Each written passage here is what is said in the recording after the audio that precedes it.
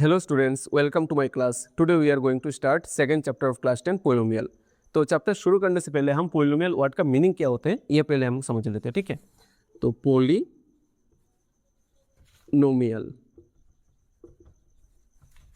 का पोली का मीनिंग होता है मेनी, ओके। पोली का मीनिंग होता है मेनी एंड नोमियल का मीनिंग होता है टर्म्स।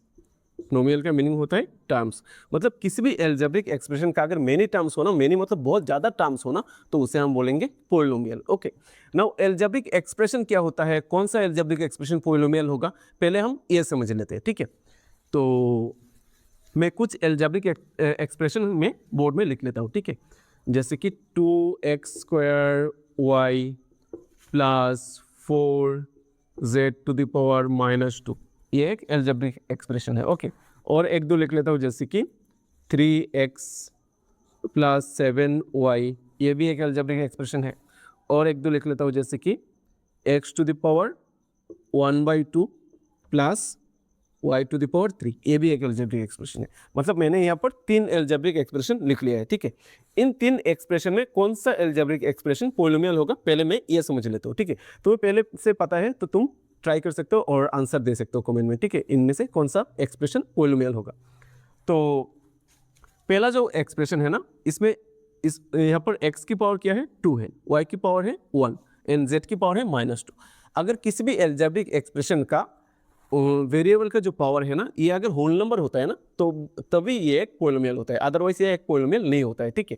तो इसमें x का पावर 2 है, y का पावर 1 एंड z का पावर क्या है -2। मतलब z का जो पावर है ना, ये एक होल नंबर नहीं है, ठीक है। मतलब ये एक पोलिनोमियल नहीं है। होल नंबर मतलब 0 1 2 3 4 ऐसे करके अप टू इनफाइनाइट तक, ठीक है। These are whole numbers. अगर पावर मतलब डिग्री, अगर इनमें से कुछ भी हो ना, मतलब 1 2 3 4 5 6 इनमें से कुछ भी हो ना, तो ये पोलिनोमियल होगा, अदरवाइज ये पोलिनोमियल नहीं होगा, ठीक है। तो यहाँ पर z का पावर -2 है, मतलब इनमें से नहीं है ना, होल नंबर नहीं है ना, तो ये पोलिनोमियल नहीं होगा, ठीक है। Second question 3x plus 7y, okay. यहाँ पर x का पावर क्या है 1 एंड y का पावर भी है 1, मतलब x का पावर भी एक होल नंबर है, y का पावर भी एक होल नंबर है, मतलब ये एक पोलिनोमियल होगा, ठीक है। एंड लास्ट वन, x का पावर क्या है हाफ एंड y का पावर 3, ये 3 पॉसिबल है, ठीक है। ये पॉसिबल है, लेकिन हाफ पॉसिबल नहीं है, क्योंकि हाफ एक होल नंबर नहीं है, तो ये भी एक पोलिनोमियल नहीं होगा, ठीक है। ये एल्जेब्रिक एक्सप्रेशन होगा, ये भी एक एल्जेब्रिक एक्सप्रेशन होगा, लेकिन ये दोनों पोलिनोमियल नहीं होगा, ठीक है। ये पोलिनोमियल होगा क्योंकि इसका जो वेरिएबल है ना, उसका पावर एक होल नंबर है, तो ये एक पोलिनोमियल होगा, ठीक है। तो हमने समझ लिया है कि पोलिनोमियल होता कैसे है, ठीक है। तो अब हम ये समझ लेते हैं कि किसी भी पोलिनोमियल का टर्म्स हम कैसे काउंट करते हैं, क्योंकि पोलिनोमियल का मीनिंग ही होता है ना मेनी टर्म्स। तो टर्म्स क्या होता है पहले हम ये समझ लेते हैं, ठीक है। तो 7x² y - 3z, ये एक पोलिनोमियल है, तो उसका टर्म कितना है, मतलब इसमें टर्म्स कितना है, तो इसमें टर्म है 1 2, मतलब इस पोलिनोमियल का टर्म्स कितना है 2 टर्म्स है, ओके। तो हम टर्म्स कैसे काउंट करते हैं, किसी भी पोलिनोमियल का ना, किसी भी एक्सप्रेशन का ना, अगर बीच में प्लस या माइनस हो ना, तो भी ये अलग पार्ट में इसे डिवाइड करता है, ठीक है। तब जैसे कि यहाँ पर जो एक्सप्रेशन है ना, इसके बीच में ये माइनस है ना, तो इस माइनस ने इन दोनों टर्म्स को अलग पार्ट में डिवाइड कर दिया है, ठीक है। तो इसलिए इसका क्या कितना टर्म होगा, 1 2 टर्म होगा, ठीक है। इसने उसका 2 टर्म होगा। और एक दो एग्जाम्पल लेते हैं, जैसे कि 7y - 3z प्लस 5y, तो उसका नंबर ऑफ टर्म्स कितना होगा, 3 टर्म्स होगा ना, लेकिन इसका टर्म्स 3 नहीं होगा, क्योंकि यहाँ पर 7y and 5y these are like terms, okay, so we can add them now। 7y plus 5y is 12y minus 3z, मतलब उसका भी नंबर ऑफ टर्म क्या होगा, इसका भी नंबर ऑफ टर्म होगा 2, ओके। और एक दो एग्जांपल ले लेता हूँ ताकि तुम एकदम क्लियर हो जाओ, ठीक है।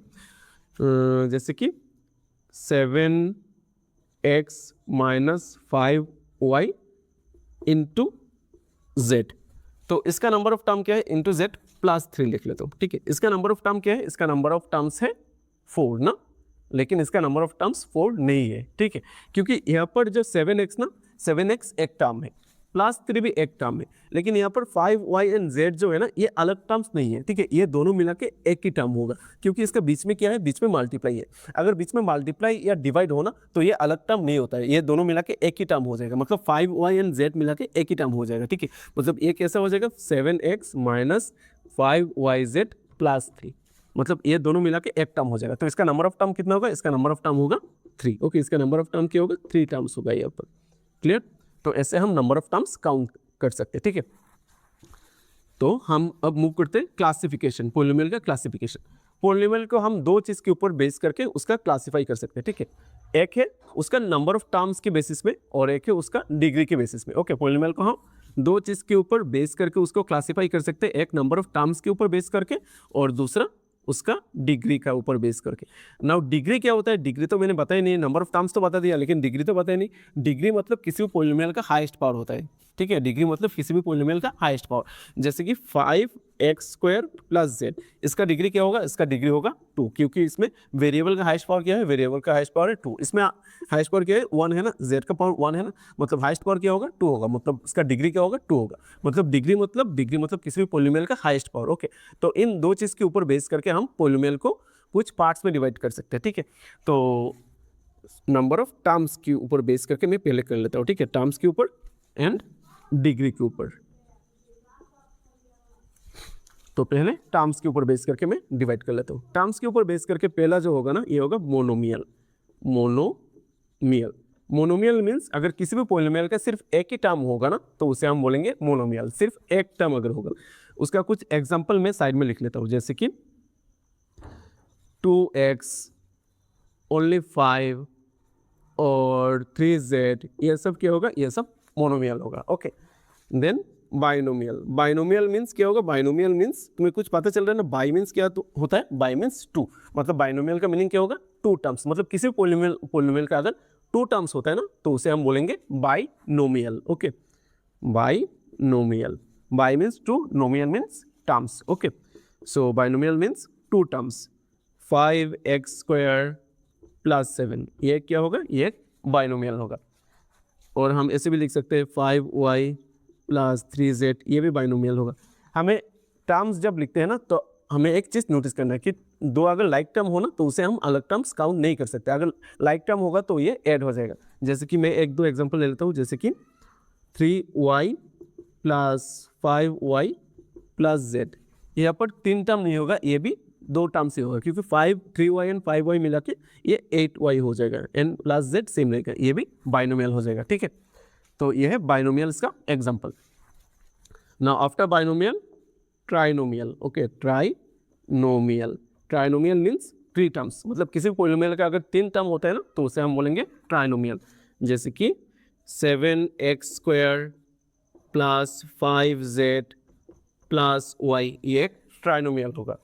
और एक दो एग्जांपल ले लेता हूँ, जैसे कि 3z³ + 7y -3, ये भी एक ट्राइनोमियल होगा। यहाँ पर हमें डिग्री क्या है उसके ऊपर हमें नोटिस नहीं करना है, सिर्फ हमें टर्म्स काउंट करना है। ठीक है, मतलब यहाँ पर on the base of term हम क्लासीफाई कर रहे हैं ना, तो सिर्फ हमें टर्म काउंट करना है, उसका डिग्री क्या है उससे हमें कुछ लेना देना नहीं है। ठीक है, तो ऐसे करके हम इसे इनफाइनाइटली पार्ट्स में हम डिवाइड कर सकते हैं। ठीक है, तो ट्राइनोमियल के बाद टेट्रानोमियल आएगा, ऐसे चलता ही रहेगा। ठीक है, टेट्रानोमियल, पेंटानोमियल, हेक्सानोमियल, ऐसे चलता ही रहेगा, तो उसका कोई एंड नहीं है। तो हम सिर्फ 3 ही पढ़ लेते हैं, मोनोमियल, बाइनोमियल, ट्राइनोमियल, 3 पढ़ लेते हैं। ठीक है, तो ये हो गया on the base of terms. Now on the base of degree भी हम पॉलिनोमियल को कुछ पार्ट्स में, कुछ नहीं इनफाइनाइट मेनी पार्ट्स में हम डिवाइड कर सकते हैं। ठीक है, तो पहला जो होगा ना, ये होगा linear polynomial. Okay, linear polynomial को हम मैं शॉर्ट फॉर्म में लिख लेता हूँ, लीनियर पॉलिनोमियल, मैं सिर्फ POL लिख ले रहा हूँ। ठीक है, तो लीनियर क्या होगा, लीनियर मतलब किसी भी पॉलिनोमियल का अगर हाईएस्ट पावर 1 होता है ना, तो उसे हम बोलेंगे लीनियर पॉलिनोमियल। मतलब पॉलिनोमियल का हाईएस्ट पावर क्या होगा, 1 होगा, मतलब वेरिएबल का हाईएस्ट पावर 1 होगा। जैसे कि 5x मीन्स यहाँ पर x का पावर क्या है, 1 है। ठीक है, और मैं सिर्फ z भी लिख सकता हूँ, तो यहाँ पर भी z का हाईएस्ट पावर क्या है, 1 ही है। ओके, तो ये एक लीनियर पॉलिनोमियल होगा। और मैं इसे ऐसे भी लिख सकता हूँ z + 5, ये भी एक लीनियर पॉलिनोमियल होगा, क्योंकि z के हाईएस्ट पावर 1 ही है और 5 में तो वेरिएबल नहीं है, मतलब वेरिएबल का पावर यहाँ पर 0 है। ओके, तो किसी भी पॉलिनोमियल का अगर वेरिएबल का हाईएस्ट पावर 1 होता है, तो उसे हम बोलेंगे linear polynomial. Okay, then after linear polynomial, quadratic polynomial, quadratic polynomial. Okay, quadratic polynomial क्या होता है, अगर किसी भी पॉलिनोमियल का हाईएस्ट पावर 2 हो, तो उसे हम बोलेंगे क्वाड्रेटिक पॉलिनोमियल। जैसे कि मैं एग्जांपल नीचे लिख रहा हूँ। ठीक है, 5x² + 7x + 3, ये क्वाड्रेटिक पॉलिनोमियल होगा। ठीक है, इसके बाद क्या होगा, क्यूबिक पोलिनोमियल। क्यूबिक मीन्स अगर किसी भी पोलिनोमियल का हाईएस्ट पावर क्या होता है, हाईएस्ट पावर अगर 3 होता है ना, तो उसे हम बोलेंगे क्यूबिक पोलिनोमियल। इसका एग्जांपल भी मैं नीचे लिख रहा हूँ, ठीक है, इसका भी एग्जांपल मैं नीचे लिख रहा हूँ, जैसे कि 5y³ ये एक क्यूबिक पोलिनोमियल होगा, क्योंकि यहाँ पर y का हाईएस्ट पावर क्या है, 3 है, वेरिएबल का हाईएस्ट पावर 3 है। यहाँ पर हमें नंबर ऑफ टर्म्स काउंट नहीं करना है, यहाँ पर हमें सिर्फ हाईएस्ट पावर दिखना है, क्योंकि हम यहाँ पर डिग्री की बेसिस में उसे क्लासीफाई कर रहे हैं, ठीक है। और हम ऐसे भी लिख सकते हैं 3y³ प्लस 7z² प्लस 5, ये भी एक क्यूबिक पोलिनोमियल होगा, ठीक है। तो on the basis of terms हम पोलिनोमियल को ऐसे डिवाइड कर सकते हैं, और on the basis of degree हम ऐसे डिवाइड कर सकते हैं। और एक दो इंपॉर्टेंट क्वेश्चन है, जैसे कि जीरो पोलिनोमियल। जीरो पोलिनोमियल क्या होता है? जीरो पोलिनोमियल मीन्स किसी भी polynomial, zero polynomial means polynomial zero ही होता है, ठीक है। जीरो पोलिनोमियल मीन्स अगर कोई पोलिनोमियल जीरो हो ना, तो उसे हम बोलेंगे zero polynomial. Zero polynomial, zero polynomial zero को ही बोलता है, ठीक है। तो अगर तुम्हें ऐसा क्वेश्चन कुछ रहेगा कि give example of zero polynomial, तो जीरो पोलिनोमियल का आंसर क्या होगा? जीरो ही होगा, ओके। अगर तुम्हें ये पूछ ले कि जीरो पोलिनोमियल का डिग्री क्या होता है, तो ये नॉट डिफाइन होगा, मतलब zero polynomial means zero, okay. Zero polynomial means zero, तो सिर्फ जीरो होगा ना, तो उसके साइड में तो वेरिएबल नहीं है, तो कुछ वेरिएबल अगर तुम ऐड करो ना, जैसे कि 0 इंटू एक्स, तो 0 इंटू एक्स भी क्या होगा? जीरो होगा। और 0 into x to the power 0 भी क्या होगा? जीरो ही होगा। 0 into x to the power 100 भी अगर लिख दो ना, तो इसका भी आंसर क्या होगा? जीरो ही होगा। मतलब जीरो पोलिनोमियल का कुछ डिग्री डिफाइन नहीं है, मतलब हम इसे डिफाइन नहीं कर सकते, ठीक है। तो ये होता है zero polynomial. Zero polynomial zero ही होता है जिसका डिग्री डिफाइन नहीं होता, मतलब हम उसका जीरो पता नहीं है, ठीक है। हम बोल नहीं सकते उसका डिग्री क्या होगा, क्योंकि कुछ भी हो सकता है, ठीक है। और एक चीज है constant polynomial. Constant polynomial, constant polynomial means अगर कुछ भी कांस्टेंट कुछ टर्म हो ना, जैसे कि 7 ये एक कांस्टेंट पोलिनोमियल होगा, 8 ये भी एक कांस्टेंट पोलिनोमियल होगा, -10 ये भी एक कांस्टेंट पोलिनोमियल होगा। कांस्टेंट पोलिनोमियल मींस अगर कुछ कांस्टेंट कुछ नंबर हो, मतलब फिक्स्ड कुछ नंबर हो, तो उसे हम बोलेंगे कांस्टेंट पोलिनोमियल। जैसे कि 7, 8, 10 कुछ भी कांस्टेंट नंबर, कुछ भी नंबर, तो ये कांस्टेंट पोलिनोमियल होगा।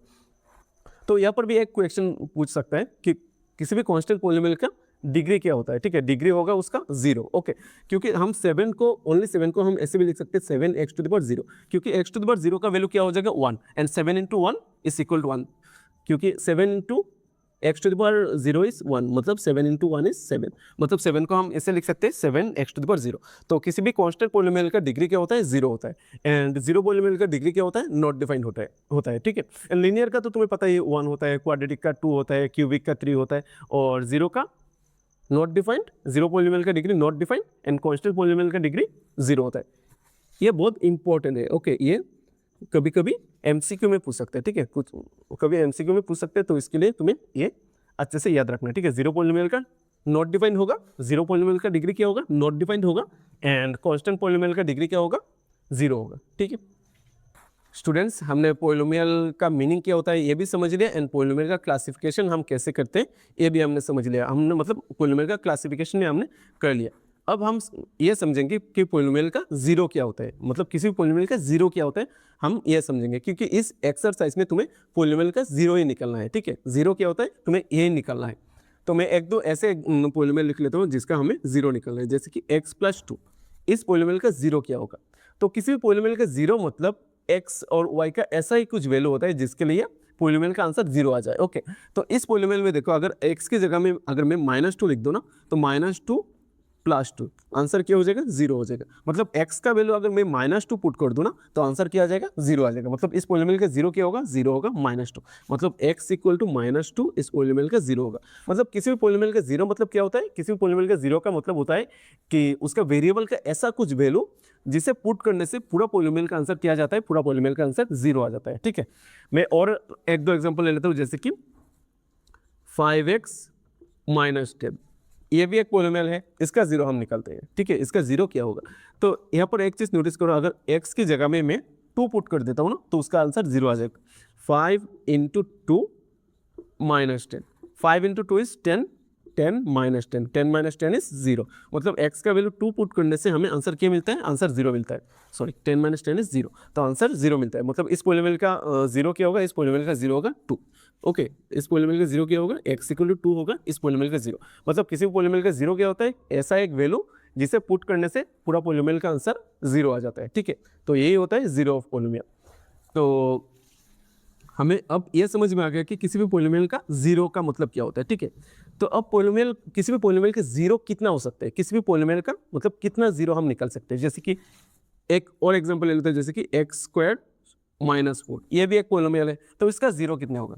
तो यहाँ पर एक चीज देखो, एक्स की वैल्यू अगर मैं 2 पुट कर देता हूँ ना, तो ये हो जाएगा 2 स्क्वायर माइनस 4, मतलब 4 माइनस 4, आंसर क्या आ जाएगा, जीरो आ जाएगा। ओके, अगर इस सेम पोलिनोमियल में अगर मैं x का वैल्यू अगर -2 पुट कर दूं ना, तो ये हो जाएगा -2 square minus 4, and -2 square is +4, क्योंकि माइनस का स्क्वायर भी प्लस ही होता है, और 4 माइनस 4 मतलब आंसर क्या हो जाएगा, जीरो। मतलब यहाँ पर भी आंसर जीरो आ गया है, यहाँ पर भी आंसर जीरो आ गया है। लेकिन x का 2 वैल्यू पुट करने से आंसर जीरो आता है ना, x का वैल्यू 2 पुट करने से भी आंसर जीरो आता है, और x का वैल्यू -2 पुट करने से भी आंसर जीरो आता है। मतलब इस पोलिनोमियल का जीरो कितना है, इस पोलिनोमियल का जीरो है 2, 2 भी जीरो है, -2 भी जीरो, मतलब यहाँ पर 2 जीरोस है। ओके, तो यहाँ पर x का पावर क्या है, यहाँ पर x का पावर है 2, तो यहाँ पर x का पावर 2 है, नंबर ऑफ जीरोस भी क्या है, 2 है। मतलब यहाँ से हमें एक चीज़ थोड़ा समझ में आ रहा है कि किसी भी पोलिनोमियल का नंबर ऑफ जीरोस हम कैसे निकल सकते हैं, कि किसी भी पोलिनोमियल का x का मतलब वेरिएबल का हाईएस्ट पावर जो होता है ना,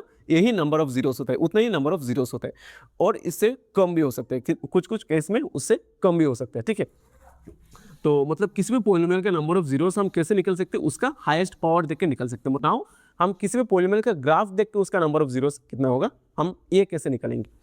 जैसे कि अगर कोई पोलिनोमियल का अगर ग्राफ ऐसा दिया रहेगा, तो ये है एक्स एक्सिस एंड ये है वाई एक्सिस। ओके, तो यहाँ पर एक ग्राफ अगर ऐसा दिया रहेगा, तो ये ग्राफ ने एक्स एक्सिस को कितना बार इंटरसेक्ट किया ना, उसे हमें दिखना है। तो इस एक्स एक्सिस को इस ग्राफ ने एक बार, 2 बार इंटरसेक्ट किया है, ये वाई एक्सिस को इंटरसेक्ट यहाँ पर किया है, ये काउंट हमें नहीं करना है, सिर्फ यही काउंट करना है कि एक्स एक्सिस को कितना बार इंटरसेक्ट किया है। तो इस ग्राफ ने एक्स एक्सिस को 2 पॉइंट में इंटरसेक्ट किया है, तो इसके लिए उसका नंबर ऑफ जीरोस क्या होगा, उसका नंबर ऑफ जीरोस होगा, नंबर ऑफ जीरोस होगा 2। ओके, और एक एग्जांपल ले लेता हूँ, जैसे कि ऐसा कोई ग्राफ दिया रहेगा, तो इसका नंबर ऑफ जीरोस क्या होगा, 1 2 3 4, मतलब उसका नंबर ऑफ जीरोस क्या होगा, उसका नंबर ऑफ जीरोस होगा, इसका होगा 4। ओके, अगर ऐसा कुछ ग्राफ हो, ऐसा कुछ ग्राफ हो, तो इस ग्राफ ने एक्स एक्सिस को एक बार भी इंटरसेक्ट नहीं किया है, ये एक्स एक्सिस है ना, और ये तो वाई एक्सिस है, इस ग्राफ ने एक्स एक्सिस को एक बार भी इंटरसेक्ट नहीं किया है, इसलिए इसका नंबर ऑफ जीरोस क्या होगा, इसका नंबर ऑफ जीरोस होगा 0। ओके, मतलब इसका कोई जीरो नहीं होगा, मतलब ऐसा वेरिएबल का ऐसा कोई भी वैल्यू नहीं होगा जिसके लिए आंसर जीरो आए। ठीक है, तो हम ग्राफ देख के हम ऐसे नंबर ऑफ जीरोस निकल सकते हैं। ठीक है, तो ये हो गया 2 टाइप का क्वेश्चन। 2 टाइप मीन्स किसी भी पोलिनोमियल का डिग्री देख के हम उसका नंबर ऑफ जीरोस निकल सकते हैं, और किसी भी पोलिनोमियल का ग्राफ भी देख के हम उसका नंबर ऑफ जीरोस क्या होगा ये भी निकल सकते हैं। डिग्री देख के हम एग्जैक्ट वैल्यू हम नहीं बता सकते, क्योंकि उसका मैक्सिमम नंबर ऑफ जीरोस कितना होगा हम सिर्फ यही बता सकते हैं, उसका एग्जैक्ट नंबर ऑफ जीरोस क्या होगा हम ये नहीं बता सकते। ठीक है, नाउ स्टूडेंट्स, हम क्वेश्चन नंबर 1 की तरफ मूव करते हैं। ठीक है, तो question number 1 is the graphs of y equal to p of x are given in figure 2.10 below. For some polynomial p of x, find the number of zeros of p of x in each case। मतलब हमें y equal to p of x का graphs given है। ठीक है, इसमें हमें number of zeros कितना होगा ये हमें बताना है। ठीक है, तो किसी भी पोलिनोमियल का नंबर ऑफ जीरोस कितना होगा ये हम ग्राफ से कैसे बता सकते हैं, तो हमें देखना पड़ेगा कि ये जो ग्राफ है ना, ये एक्स एक्सिस को कितना बार इंटरसेक्ट करता है। ठीक है, तो ये जो फर्स्ट क्वेश्चन है ना, इसमें देखो ये लाइन एक्स एक्सिस को एक बार भी इंटरसेक्ट नहीं कर रहा है, मतलब यहाँ पर नंबर ऑफ जीरोस क्या होगा, नंबर ऑफ जीरोस होगा 0। Okay, number of zeros equal to होगा 0 as the graph does not intersects x axis. Okay, क्योंकि ग्राफ ने एक्स एक्सिस को इंटरसेक्ट नहीं किया, इसके लिए नंबर ऑफ जीरोस क्या होगा 0 होगा। ठीक है, तो ये हो गया क्वेश्चन नंबर 1 का आंसर। नाउ क्वेश्चन नंबर 2, सो ये है ग्राफ। ओके, ये है ग्राफ, ये इस ग्राफ ने एक्स एक्सिस को एक पॉइंट में इंटरसेक्ट किया है। ठीक है, एक्स एक्सिस को सिर्फ एक ही पॉइंट में इंटरसेक्ट किया है, तो इसके लिए नंबर ऑफ जीरोस क्या होगा, नंबर ऑफ जीरोस होगा 1। ओके, तो इसका नंबर ऑफ जीरोस होगा 1 as the graph intersects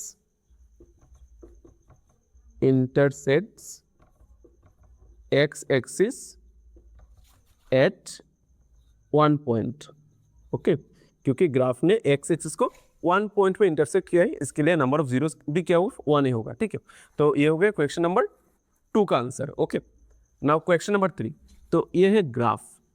now इस ग्राफ ने एक्स एक्सिस को 1 पॉइंट, 2 पॉइंट एंड 3 पॉइंट पे इंटरसेक्ट किया है।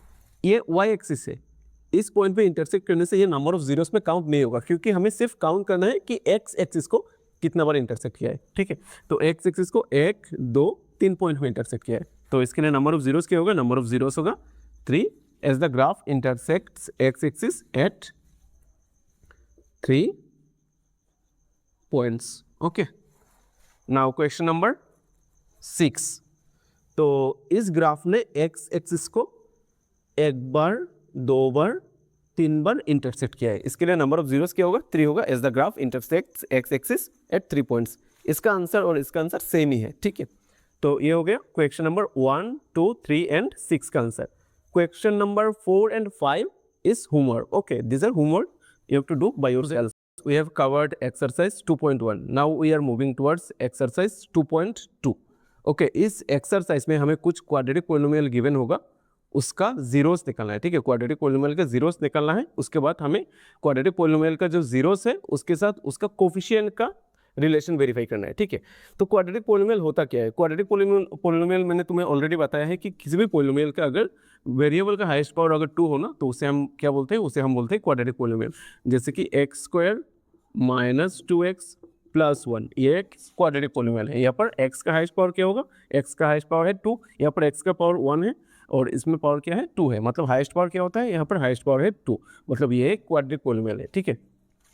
तो यहाँ पर हमें ऐसे कुछ क्वाड्रेटिक पोलिनोमियल गिवन होगा, तो उसका जीरोस निकालना है, ठीक है। उसका जीरोस निकालना है, उसके बाद हमें जीरोस एंड कोफिशिएंट के बीच में रिलेशन वेरीफाई करना है, ठीक है। तो किसी भी पोलिनोमियल के जीरोस क्या होता है, जीरोस मतलब वेरिएबल का ऐसा कोई वैल्यू जिसके लिए पूरा पोलिनोमियल का आंसर क्या आ जाए, 0 आ जाए, पूरा पोलिनोमियल का वैल्यू क्या हो जाए, 0 हो जाए, उसको हम बोलते हैं पोलिनोमियल का जीरो।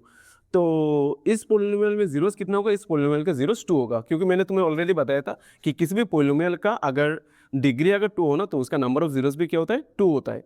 एक भी हो सकता है, मतलब मैक्सिमम नंबर ऑफ जीरोस क्या होता है, 2 होता है। कभी कभी इक्वल जीरोस भी आ जाता है, इसके लिए नंबर ऑफ जीरोस 1 भी हो सकता है, ठीक है।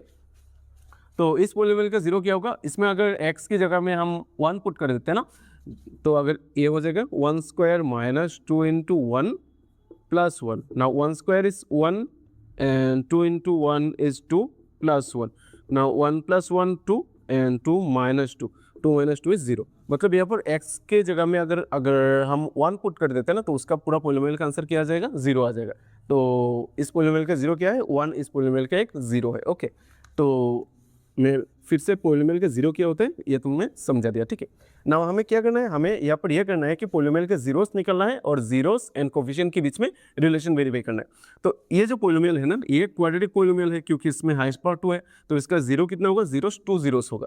तो हम इन जीरोस को हम सपोज एज्यूम कर लेते हैं कि x0 होगा अल्फा एंड x0 होगा बीटा। ओके, हम 2 जीरोस को, एक को अल्फा एंड सेकंड जीरो को हमने बीटा एज्यूम कर लिया है, ठीक है। एंड इसका कोफिशिएंट क्या होगा, कोफिशिएंट क्या होता है, कोफिशिएंट मीन्स इस पोलिनोमियल को सपोज हम p of x equal to x² minus 2x plus 1, इस पोलिनोमियल को हमने p ऑफ x एज्यूम कर लिया है। तो ये जो पोलिनोमियल है ना, इसका कोफिशिएंट क्या होगा, कोफिशिएंट निकालने के लिए हमें पोलिनोमियल का स्टैंडर्ड फॉर्म जानना पड़ेगा। तो किसी भी क्वाड्रेटिक पोलिनोमियल का स्टैंडर्ड फॉर्म होता है ax² plus bx plus c। Okay, यहाँ पर a जो है ना, a होता है x² का कोफिशिएंट, ओके, एंड b जो होता है ये होता है x का कोफिशिएंट एंड c होता है लास्ट में जो कांस्टेंट टर्म होता है उसे हम बोलते हैं c। तो इस क्वेश्चन में मतलब इस पोलिनोमियल में a का वैल्यू क्या होगा, इसमें a का वैल्यू होगा 1, ओके, एंड b का वैल्यू होगा -2 एंड c का वैल्यू क्या होगा, c का वैल्यू होगा +1। ओके, a का वैल्यू 1, मतलब x² का कोफिशिएंट कुछ नहीं है, मतलब यहाँ पर क्या है 1x² है, इसलिए a मतलब 1 हो जाएगा, ठीक है। मतलब a का वैल्यू क्या हो जाएगा, 1 हो जाएगा। एंड b होता है x का कोफिशिएंट, तो x के सामने क्या है, x के सामने है -2। ओके, सामने जो साइन होता है ना प्लस होता है, तो ना देने से भी चलता है, क्योंकि अगर हम साइन नहीं देते हैं ना, तो मतलब हम इसे प्लस ही एज्यूम करते हैं, ठीक है। तो अगर माइनस हो तो उसे माइनस देना पड़ेगा, ठीक है। एंड c होता है लास्ट का कॉन्स्टेंट टर्म, तो यहाँ पर c हो जाएगा 1 हो जाएगा, ठीक है। तो ये हो गए कोफिशिएंट्स। अब हमें इन कोफिशिएंट एंड अल्फा बीटा जो है ना, मतलब जीरोस जो है ना, उसके बीच में रिलेशन वेरीफाई करना पड़ेगा। तो इसका alpha and beta two zeros है ना, तो इसका जीरोस क्या क्या होता है, अल्फा एंड बीटा। नाउ इसका रिलेशन क्या होता है, रिलेशन होता है alpha plus beta equal to minus B by a. Okay, alpha plus beta equal to minus B by A. And second relation is alpha into beta, और you can write alpha beta equal to C by a. यही relation है। Okay, मतलब sum of zeros जो होता है, sum of zeros का value होता है minus B by A, and alpha beta means product of zeros. Okay, product of zeros का वैल्यू होता है सी बाई ए। तो हम ये जो अल्फा प्लस बीटा है ना, इसको हम सम ऑफ जीरोस भी बोल सकते हैं। Okay, sum of zeros, sum of zeros means alpha plus beta, and इसका वैल्यू क्या होता है minus B by A. And alpha beta को हम प्रोडक्ट ऑफ जीरोस भी बोल सकते हैं, product of zeros. Product of zeros का मतलब क्या होता है अल्फा इंटू बीटा, और उसका वैल्यू होता है सी बाई ए। यही रिलेशन है। ओके, ये दोनों ही रिलेशन है। इन दो रिलेशन को तुम्हें वेरीफाई करना पड़ेगा। ओके, मतलब तुम्हें ऐसा कुछ क्वाड्रेटिक पॉलिनोमियल गिवन होगा, उस क्वाड्रेटिक पॉलिनोमियल को तुम्हें स्टैंडर्ड फॉर्म के साथ कंपेयर करना पड़ेगा। ओके, स्टैंडर्ड फॉर्म के साथ कंपेयर करने से तुम्हें ए का, बी का एंड सी का वैल्यू मिल जाएगा, मतलब उनका कोफिशिएंट्स का वैल्यू मिल जाएगा। ठीक है, एंड इस पॉलिनोमियल को सॉल्व करके तुम्हें उसका जीरोस भी निकालना है। ठीक है, जीरोस भी निकालना है एंड कोफिशिएंट भी निकालना है, और निकालने के बाद तुम्हें ये शो करना पड़ेगा कि जो sum of zeros and minus B by ए का जो वैल्यू है ना, ये दोनों इक्वल है, and alpha beta and c by ए का वैल्यू इक्वल है, ये तुम्हें शो करना पड़ेगा। ठीक है, तो नाउ मैं क्वेश्चन की तरफ मूव करता हूँ, जहाँ पर एक क्वेश्चन करने से तुम्हें अच्छे से समझ में आ जाएगा कि हमें कैसे इसको वेरीफाई करना है। ओके स्टूडेंट्स, मैंने एक्सरसाइज 2.2 का 1 नंबर क्वेश्चन लिख लिया है। ठीक है, 2.2 का जो 1 नंबर क्वेश्चन था ना, उसमें टोटल 6 क्वेश्चंस था। तो इन 6 क्वेश्चन में से मैंने पहले 4 क्वेश्चन लिख लिया है। ठीक है, बाकी की 2 क्वेश्चन हम बाद में करेंगे, मतलब इन सब क्वेश्चन को सॉल्व करने के बाद फिर बाकी 2 क्वेश्चन हम सॉल्व करेंगे। तो इन क्वेश्चन में हमें क्या करना है, इन क्वेश्चंस का पहले हमें, मतलब इन पॉलिनोमियल्स का पहले हमें जीरोस निकालना है, उसके बाद जीरोस के साथ कोफिशिएंट का रिलेशन हमें वेरीफाई करना है। ठीक है, तो पहले मैं क्वेश्चन नंबर 1 को सॉल्व करता हूँ, मतलब उसका जीरोस निकाल रहा हूँ, उसके बाद उसका जीरोस एंड कोफिशिएंट के बीच में रिलेशन वेरीफाई करता हूँ। ठीक है, तो यहाँ पर क्वेश्चन नंबर 1 क्या है, x² - 2x - 8। ओके, पहले मैं इसे एज्यूम कर लेता हूँ, let p of x equal to x² - 2x - 8। Okay, now इसे हम पॉलिनोमियल की जो क्वाड्रेटिक पॉलिनोमियल है ना, उसका जो स्टैंडर्ड फॉर्म है उसके साथ कंपेयर करके उसका कोफिशिएंट का वैल्यू निकाल लेता हूँ। ठीक है, तो comparing the given polynomial with ax² + bx + c। तो हमें a का वैल्यू क्या मिलेगा, a का वैल्यू होगा 1। ओके, x² का कोफिशिएंट क्या है यहाँ पर 1 है। ठीक है, एंड b क्या होगा, b होगा -2, x का कोफिशिएंट क्या है -2, एंड c होगा -8। ओके, नाउ इसका जीरोस भी हम निकालते हैं। तो किसी भी पॉलिनोमियल का जीरोस निकालने के लिए हमें उस पॉलिनोमियल को जीरो एज्यूम करना पड़ता है। ठीक है, तो हम यहाँ पर एज्यूम कर लेते हैं, let p of x equal to 0। p of x equal to 0 means x² - 2x - 8 equal to 0, x² - 2x - 8 equal to 0। Okay, now इसे हमें फैक्टराइज करना पड़ेगा, फैक्टराइज करके उसका जीरोस निकालना पड़ेगा। तो तुमने क्लास 9 में किया था मिडिल टर्म मेथड करके कुछ। ठीक है, जब हमारे पास कोई क्वाड्रेटिक इक्वेशन होता है ना, तो उसे हम मिडिल टर्म से फैक्टराइज कर सकते हैं। ठीक है, तो इसे भी हम मिडिल टर्म से हम फैक्टराइज कर सकते हैं। ठीक है, तो हमें यहाँ पर मिडिल टर्म स्प्लिटिंग करना पड़ेगा।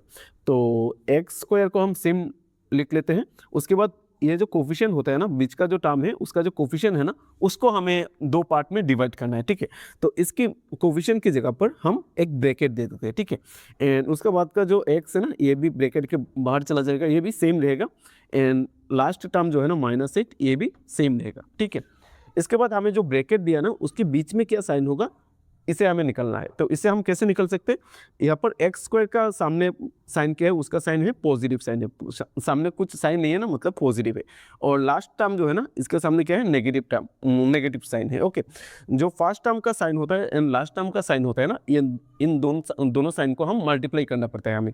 ओके, तो प्लस इंटू माइनस क्या होगा, माइनस हो जाएगा। ठीक है, इन दोनों साइनों को मल्टीप्लाई करके हमें क्या मिलेगा, माइनस मिलेगा। इसके बाद हमें क्या करना पड़ता है, जो फर्स्ट टर्म का जो कोफिशिएंट है एंड लास्ट टर्म जो कांस्टेंट टर्म है ना, इन दोनों को हमें मल्टीप्लाई करना पड़ता है। तो 1 × 8 हो जाएगा 8। ओके, इसके बाद हमें इसे फैक्टराइज करना है, तो इसे हम अब फैक्टराइज करेंगे तो 2 से डिवाइड करेंगे तो हमें मिलेगा 4 एंड अगेन 2 से 2 2 ज़र 4 ओके। तो अभी इन फैक्टर्स को हम ऐसे सजाना है, मतलब ऐसे यहाँ पर लिखना है, दो नंबर ऐसे लिखना है कि माइनस करके उसका आंसर 2 आ जाए, ठीक है।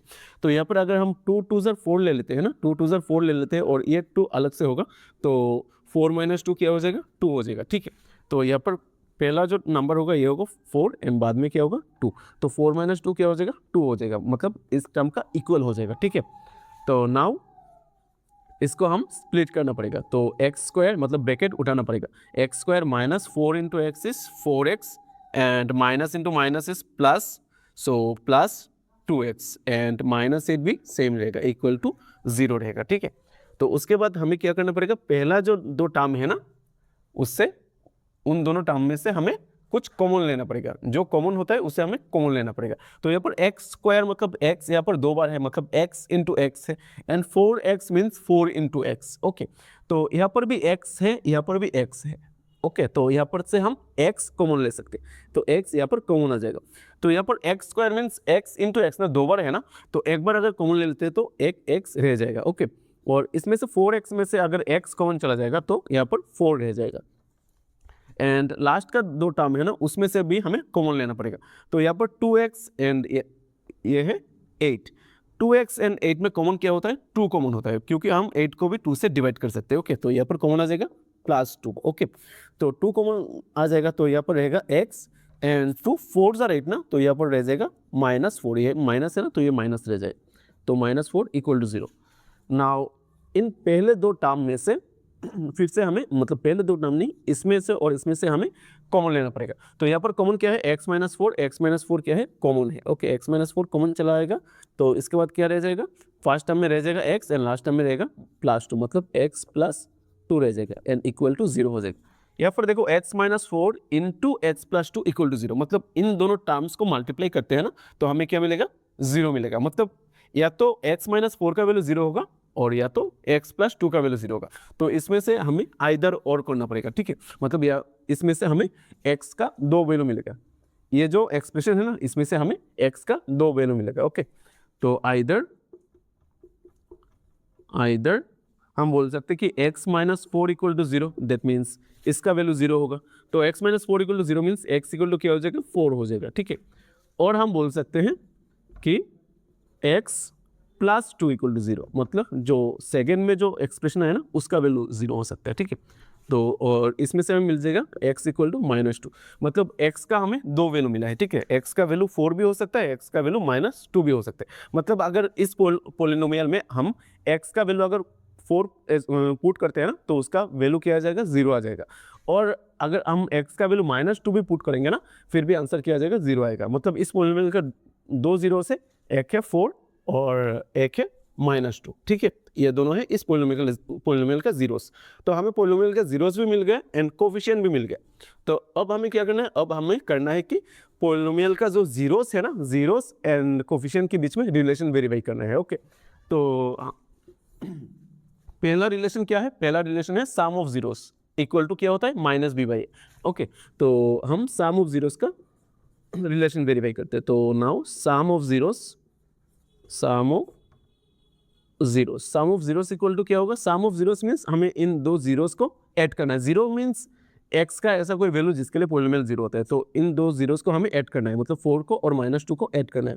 तो 4 + -2, तो 4 + -2 means 4 plus into minus is -2, answer क्या आ जाएगा, 2 आ जाएगा। तो यह सम ऑफ जीरोस का वैल्यू क्या आया है, 2 आ गया है, ओके। नाउ हम -b/a का वैल्यू भी निकालेंगे, ओके। तो and -b/a equal to -b means -2, minus and bracket में -2, इस ये माइनस की जगह पे ये माइनस रह जाएगा और b का वैल्यू भी क्या है, -2 है ना, तो इसके जगह पे b का जगह पे हम -2 लिखेंगे एंड a का वैल्यू क्या है, a का वैल्यू है 1, तो -b/a क्या हो जाएगा, -2/1, दैट मीन्स ये भी क्या हो जाएगा, -2 मीन्स +2 एंड बाई 1, तो हमें डिनोमिनेटर में 1 तो नहीं लिखना पड़ता है, तो -b/a का वैल्यू भी क्या आ गया, 2 आ गया, मतलब ये दोनों क्या है, इक्वल है, ओके। तो देयरफॉर हम लिख सकते हैं, therefore sum of zeros equal to क्या आ गया, -b/a, ये आ गया। तो हमारा फर्स्ट रिलेशन जो है ना ये वेरीफाई हो गया। नाउ हमें सेकंड रिलेशन वेरीफाई करना है। सेकंड रिलेशन क्या था? सेकंड रिलेशन था प्रोडक्ट ऑफ जीरोस। ओके, तो and product of zeros equal to product of zeros equal to product of zeros means हमें इन दो जीरोस को मल्टीप्लाई करना है, मतलब 4 इंटू -2, 4 इंटू -2 इज -8 एंड हम निकलेंगे सी बाई ए का वैल्यू, क्योंकि प्रोडक्ट ऑफ वैल्यूज का रिलेशन क्या था? Product of zeros equal to C by a था। ओके, तो हमें सी बाई ए का वैल्यू भी निकलना है। सी बाई ए क्या हो जाएगा? -8/1, -8/1 is -8, therefore product of zeros equal to product of zeros equal to C by a. तो हमारा सेकेंड रिलेशन भी वेरीफाई हो गया, तो हेंस वेरीफाइड। ओके, तो हमने पहले जीरोस निकाला एंड कोफिशिएंट भी हमने निकाला, उसके बाद हमने कोफिशिएंट एंड जीरोस के बीच में जो रिलेशन था ना, सम ऑफ जीरोस का जो रिलेशन था एंड प्रोडक्ट ऑफ जीरोस का जो रिलेशन था, ये हमने वेरीफाई कर लिया है। ठीक है, तो ये हो गया क्वेश्चन नंबर 1 का आंसर। ओके, नाउ हम करेंगे question number 2। Okay,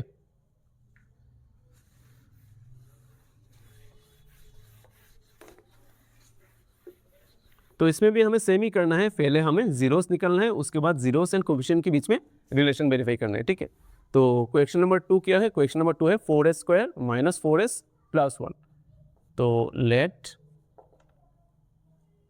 P of S equal to, यहाँ पर वेरिएबल S है ना, सब क्वेश्चन में वेरिएबल एक ही रहेगा, या तो S रहेगा, या तो X रहेगा, या तो Y रहेगा, या तो U रहेगा, Z रहेगा, T रहेगा, ऐसा कुछ रहेगा। ओके, एक ही वेरिएबल होगा, यहाँ पर 2 वेरिएबल्स का नहीं होगा, सिर्फ एक ही वेरिएबल का क्वेश्चन होगा। ठीक है, तो P of S equal to 4s² - 4s + 1। Okay, तो comparing the given polynomial with a² + bs + c, क्योंकि इसमें वेरिएबल s है ना, इसलिए हमने ax² की जगह पे हमने as² ऐसा लिख लिया। ठीक है, तो यहाँ पर a क्या होगा? a का वैल्यू होगा 4, b का वैल्यू होगा -4 एंड c का वैल्यू होगा, कांस्टेंट क्या है? 1 है। ओके, तो ये हो गया कोफिशिएंट का वैल्यू। अभी हमें पॉलिनोमियल का जीरोस निकालना पड़ेगा। ठीक है, तो जीरोस निकालने के लिए हमें क्या एज्यूम करना पड़ेगा कि पॉलिनोमियल का वैल्यू 0 एज्यूम करना पड़ेगा। Let P of S equal to 0, therefore 4s² - 4s + 1 equal to 0।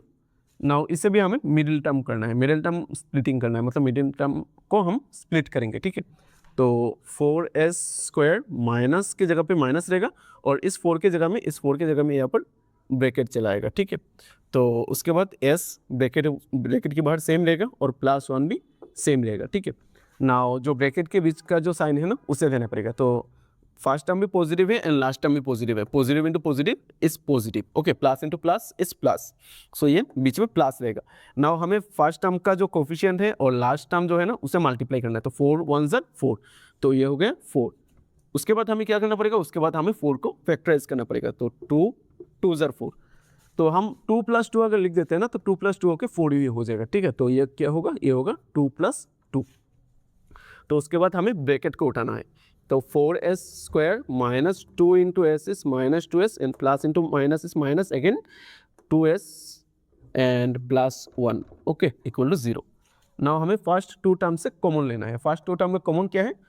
2 common है, क्योंकि 4 and 2 इन दोनों में हम 2 कॉमन ले सकते हैं एंड s² एंड s में से हम s कॉमन ले सकते हैं, क्योंकि यहाँ पर s 2 बार है, मतलब s × s है, यहाँ पर ओनली एक s है, तो एक s भी हम कॉमन ले सकते हैं। ठीक है, सो अगर 2s कॉमन आ जाएगा तो 2 × 2 = 4 ना, तो 2 रहेगा एंड वेरिएबल में s² से एक s कॉमन गया तो एक s रहेगा और बीच में माइनस है तो माइनस देना पड़ेगा और 2s पूरा कॉमन चला गया ना, तो यहाँ पर 1 रहेगा।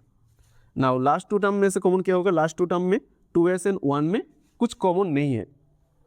अगर कॉमन कुछ नहीं होता है ना, तो हमें 1 कॉमन लेना पड़ता है। ठीक है, तो इसके सामने माइनस है तो हम -1 कॉमन ले लेते हैं। ठीक है, तो अगर -1 कॉमन लेते हैं तो फर्स्ट टर्म में क्या रहेगा? फर्स्ट टर्म सेम ही रहेगा, 2s रहेगा एंड लास्ट में +1 है ना, ये भी सेम ही 1 ही रहेगा, लेकिन हमने माइनस कॉमन लिया है ना, तो प्लस की जगह पे यहाँ पर माइनस हो जाएगा।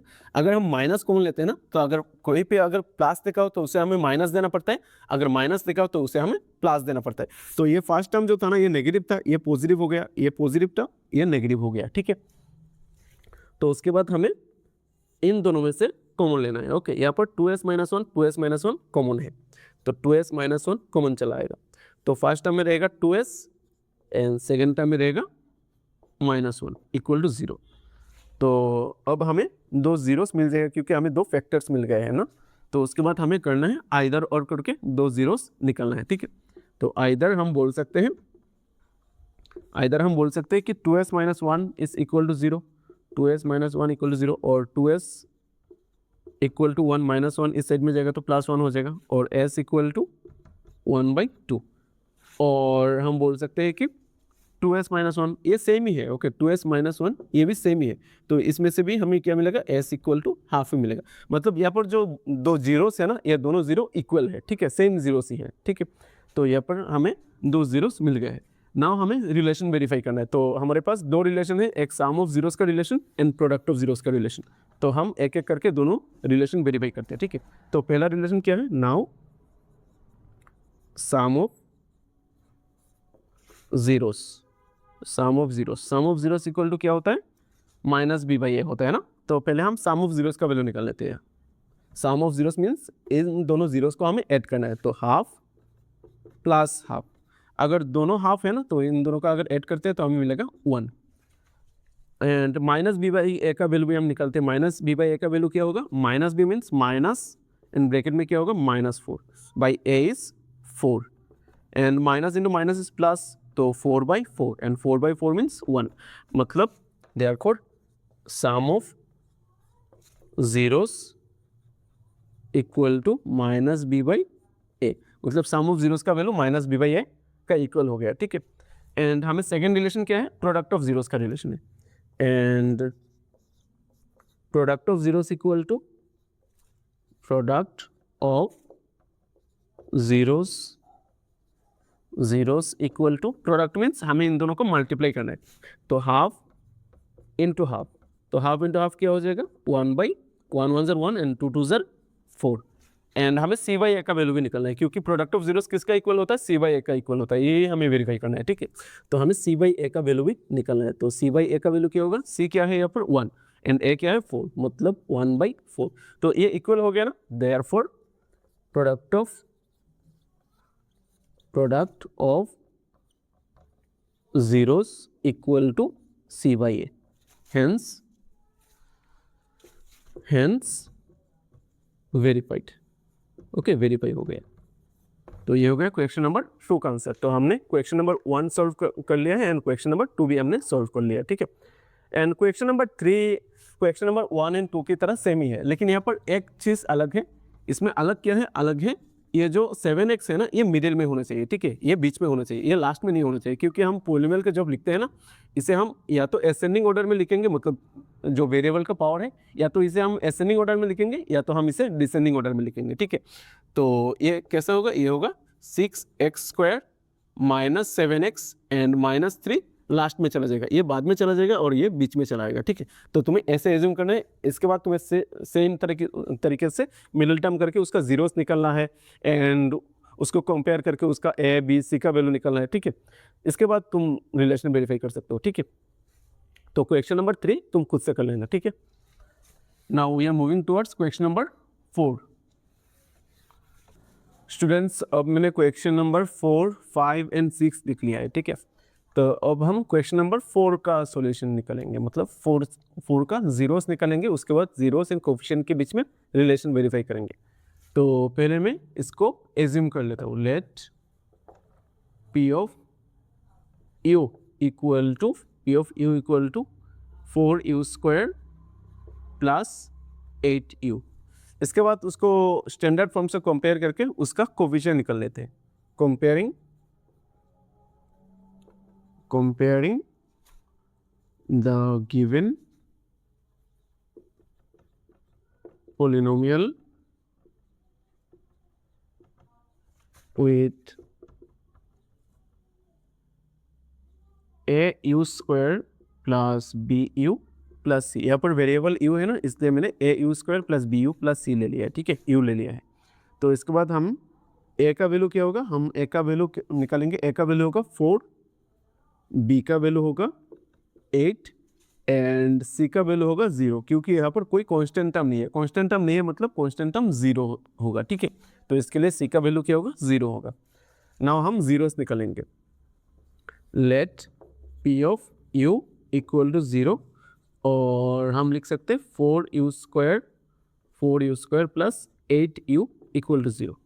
इस टाइप का क्वेश्चन पहले वाला क्वेश्चन से बहुत इजी है, मतलब मिडिल टर्म्स जो करना पड़ता है ना, मिडिल टर्म स्प्लिटिंग, इससे ये बहुत इजी है। मतलब ये डायरेक्टली कॉमन ले सकते हैं। यहाँ पर दो टर्म्स है ना, इन दोनों में से कॉमन क्या होगा, कॉमन होगा 4u कॉमन होगा, ठीक है। तो 4u कॉमन लेंगे तो हम पहले टर्म में क्या रहेगा, पहले टर्म में रहेगा u, एंड सेकेंड टर्म में रहेगा 4 2 ज़ा 8 ना, तो ये रहेगा 2 इक्वल टू 0, ओके। तो ये हो गया दो अलग अलग number term. Now 4u into U plus 2 equal to 0, मतलब इन दोनों को मल्टीप्लाई करके आंसर क्या आएगा, आंसर 0 आएगा। मतलब हम लिख सकते हैं आइदर 4u इक्वल टू 0 और u प्लस 2 इक्वल टू 0, मतलब इन दोनों में से किसी भी एक टर्म का वैल्यू क्या होगा, 0 होगा, ठीक है। तो हम लिख सकते हैं either 4u equal to 0, that means हम बोल सकते हैं कि u equal to 0, 4u equal to 0 means u equal to 0, क्योंकि 4 डिवाइड में जाके 0 ही हो जाएगा, ठीक है।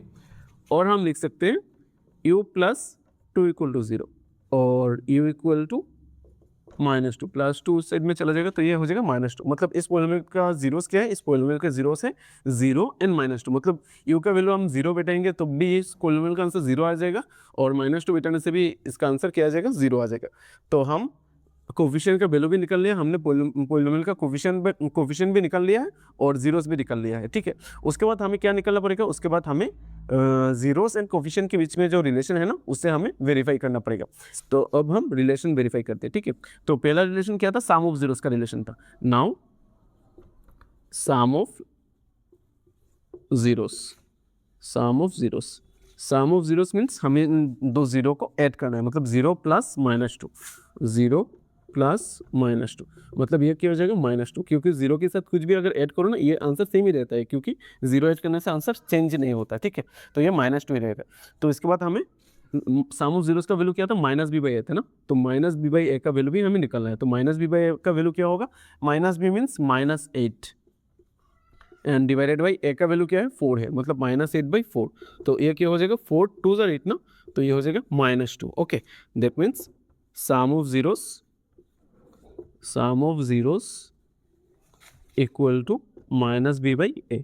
मतलब हमारा पहला जो रिलेशन है ना, ये वेरीफाई हो गया, ठीक है। अब हम सेकंड रिलेशन को वेरीफाई करेंगे, ठीक है। तो सेकंड रिलेशन क्या था, product of zeros, and product of zeros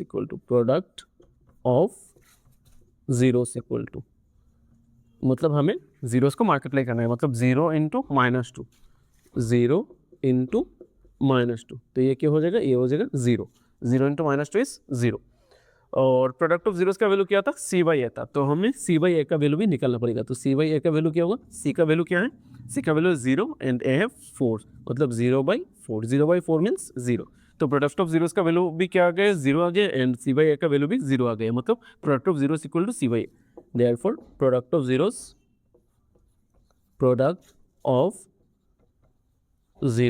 equal to क्या हो जाएगा, c/a हो जाएगा। तो हमारा दोनों रिलेशन वेरीफाई हो गया, hence verified, okay, hence verified. तो हमारा दोनों रिलेशन वेरीफाई हो गया, ठीक है। तो क्वेश्चन नंबर 4 भी हो गया। नाउ हम क्वेश्चन नंबर 5 को सॉल्व करेंगे, मतलब 5 का जीरोस निकालेंगे और जीरोस एंड कोफिशिएंट के बीच में रिलेशन वेरीफाई करेंगे।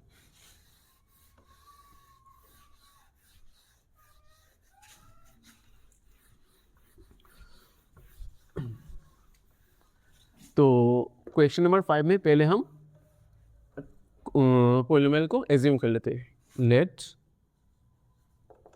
p of t equal to t² minus 15, okay. तो इस पॉलिनोमियल में वेरिएबल क्या है, वेरिएबल t है ना, तो इसके लिए हम उसका स्टैंडर्ड फॉर्म एज्यूम करते वक्त हम वेरिएबल का वैल्यू t लेंगे, ठीक है। वेरिएबल को हम t लेंगे, तो a² plus bt plus c ऐसे लेंगे, ठीक है। तो यहाँ पर कंपेयर करने से a का वैल्यू क्या होगा, a का वैल्यू होगा t² का कोफिशिएंट क्या है, कुछ नहीं है, मतलब 1 है। फिर b क्या होगा, b होगा 0, क्योंकि यहाँ पर t का कोई टर्म नहीं है ना, b t जो है ना, ये t करके यहाँ पर कुछ टर्म नहीं है, मतलब उसका कोफिशिएंट क्या था, 0 था, ठीक है। एंड c इज कांस्टेंट यहाँ पर क्या है, -15 है, तो कांस्टेंट हो जाएगा, c हो जाएगा -15, ओके।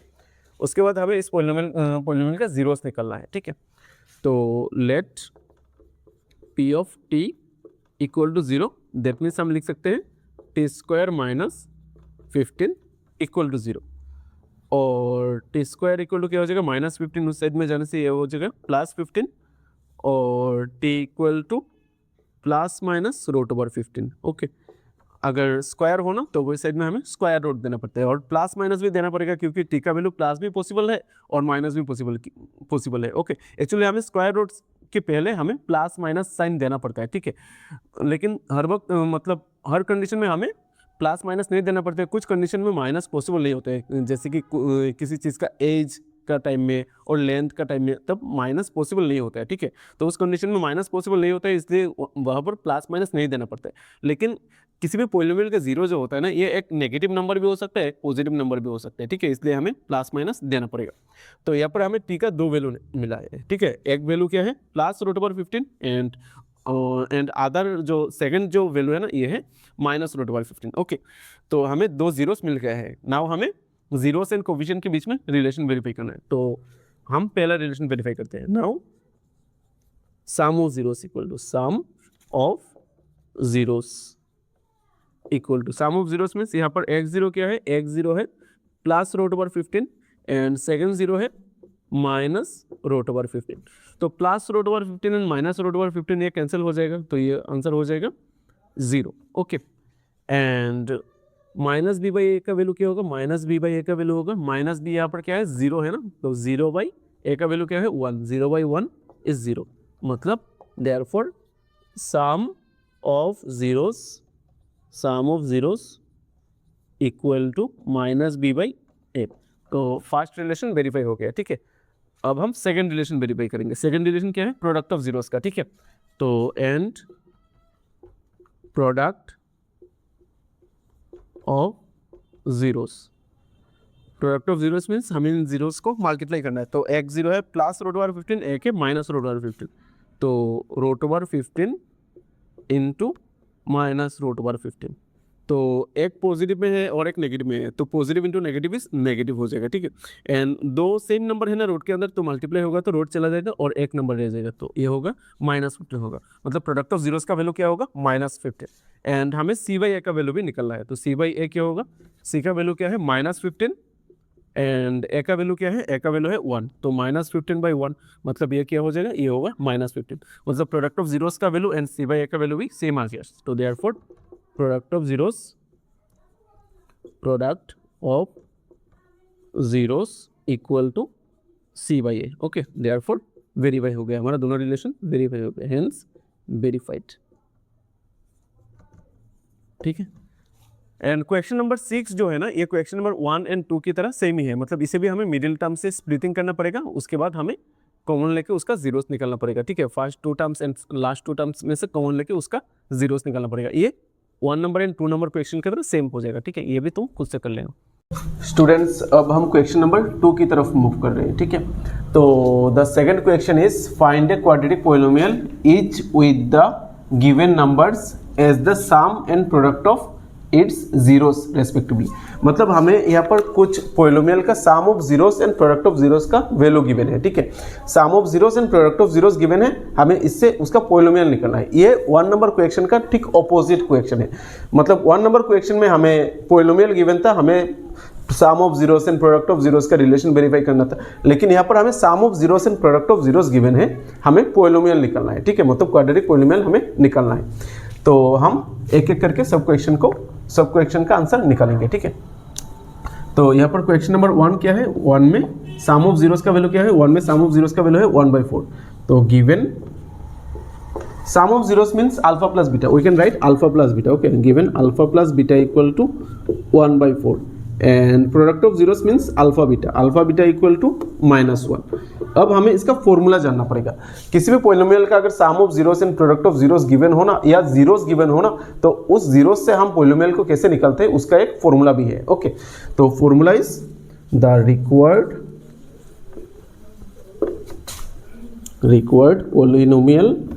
पॉलिनोमियल इज, फॉर्मूला क्या है, उसका फॉर्मूला है x² माइनस ब्रैकेट में होता है sum of zeros, that means alpha plus beta, and bracket के बाहर होता है x एंड लास्ट में होता है product of zeros, that means alpha beta. ये किसी भी पोलिनोमियल का अगर जीरोस गिवन हो ना, उससे उस पोलिनोमियल को निकालने का फॉर्मूला है, ठीक है। तो यहाँ पर x का वैल्यू क्या है, यहाँ पर x का वैल्यू x तो x ही रहेगा, मतलब x स्क्वायर सेम ही रहेगा। अल्फा प्लस बीटा का वैल्यू क्या है, अल्फा प्लस बीटा का वैल्यू है 1/4, तो अल्फा प्लस बीटा की जगह हो जाएगा 1/4 एंड x सेम रहेगा। एंड अल्फा बीटा का वैल्यू क्या है, -1 मीन्स प्लस यहाँ पर क्या हो जाएगा -1। ओके, नाउ इसमें हमें एलसीएम लेना पड़ेगा। पॉलिनोमियल को हम फ्रैक्शन फॉर्म में नहीं लिखेंगे, ठीक है, तो मतलब किसी भी कोफिशिएंट को हम फ्रैक्शन फॉर्म में नहीं रखेंगे, तो इसके लिए हमें इसका एलसीएम लेना पड़ेगा। तो यहाँ पर एलसीएम क्या हो जाएगा, यहाँ पर एलसीएम हो जाएगा 4, तो 4 × x क्या हो जाएगा 4x² -1x means x, and यहाँ पर प्लस इंटू माइनस क्या हो जाएगा माइनस, एंड 4 1 ज़र 4। और अगर डिवाइड में 4 आ रहा है ना, तो हम इस 4 को मतलब डिवाइड में अगर कुछ आया ना, टोटल पॉलिनोमियल का डिवाइड में अगर कुछ कोई नंबर आता है तो उसे हम छोड़ सकते हैं, मतलब यहाँ पर 4 चला जाएगा। तो पॉलिनोमियल क्या हो जाएगा 4x² -x -4। ओके, तो ये हो जाएगा हमारा रिक्वायर्ड पॉलिनोमियल। ओके, तो ये हो गया हमारा क्वेश्चन नंबर 1 का आंसर। अब हम क्वेश्चन नंबर 2 का आंसर निकालेंगे। तो क्वेश्चन नंबर 2 क्या है, क्वेश्चन नंबर 2 में अल्फा प्लस बीटा का वैल्यू क्या है, अल्फा प्लस बीटा का वैल्यू है √2। ओके, एंड अल्फा बीटा का वैल्यू क्या है, प्रोडक्ट ऑफ जीरोस का वैल्यू है 1/3। तो सेम फॉर्मूला हमें अप्लाई करना है, तो सेम फॉर्मूला अप्लाई करेंगे, उसके बाद हम alpha plus beta and alpha beta का वैल्यू पुट करेंगे। तो यहाँ पर अल्फा प्लस बीटा का वैल्यू है √2 एंड अल्फा बीटा का वैल्यू है 1/3, तो x² minus alpha plus beta की जगह पर √2x एंड अल्फा बीटा की जगह पर प्लस 1/3 हो जाएगा, ठीक है। यहाँ पर भी ये फ्रैक्शन में है, तो हमें फ्रैक्शन हटाना पड़ेगा, तो उसके लिए हमें एलसीएम लेना पड़ेगा। तो हम एलसीएम लेंगे, तो एलसीएम लेने के बाद 3 × x² क्या हो जाएगा 3x² माइनस 3 × √2 हो जाएगा 3√2x एंड प्लस 1। तो इसका आंसर क्या हो जाएगा 3x² माइनस 3√2x प्लस 1, मतलब डिवाइड में 3 है ना, ये हम छोड़ सकते हैं, ठीक है। तो ये हो जाएगा हमारा सेकंड पॉलिनोमियल। ओके, अच्छा, यहाँ पर तुम इक्वल दे सकते हो और लिख सकते हो, और लिखने से बेटर है, ठीक है, और लिख सकते हो, ठीक है। तो ये हो गया हमारा सेकंड पॉलिनोमियल। अब हम निकालेंगे थर्ड पॉलिनोमियल। तो थर्ड पॉलिनोमियल में गिवन क्या है, गिवन है alpha plus beta equal to 0 and alpha beta equal to √5, product of zeros equal to √5। Okay, तो फिर से हम alpha plus beta and alpha beta का वैल्यू हम पुट करेंगे।